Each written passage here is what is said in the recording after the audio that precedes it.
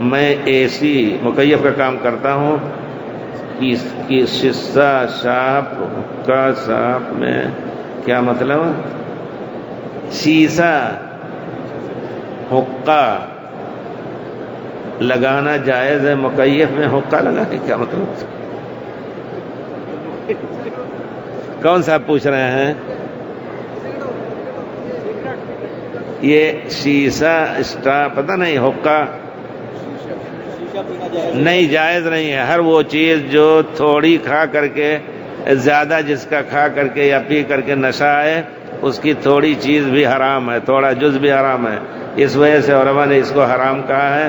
Cigarette میں بھی جو تکلیف، جس میں صرف نقصان ہی نقصان ہے، یہ بھی حرام ہے بے شک، اس میں کوئی شک نہیں۔ یہاں تک کہ کافر لوگ بھی کہتے ہیں، اس پہ کہتے ہیں کمپنیوں کو لکھ دو کہ یہ نقصان دہ ہے، نہ پیو، اور اس کے بعد پھر وہ بیچتے بھی ہیں۔ یعنی کہتے ہیں پانی میں ہاتھ پیر باندھ کر کے پھینک دیا، اور کہا بھیگنا تو خیریت نہیں ہوگی، خود دے بھی رہے ہیں اور کہتے ہیں اس کو نہ پیو۔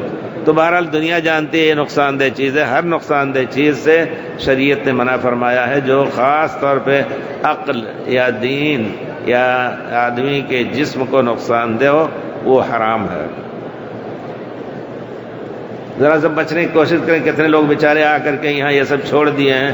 مکے میں پہلے بہت زیادہ بدبو ہوا کرتی تھی، یونیورسٹی وغیرہ میں بھی، اب بہت کم ہو گیا ہے، اور یہاں باہر نکلتے ہی اب بھی باہر کے لوگ اڑانا شروع کر دیتے ہیں۔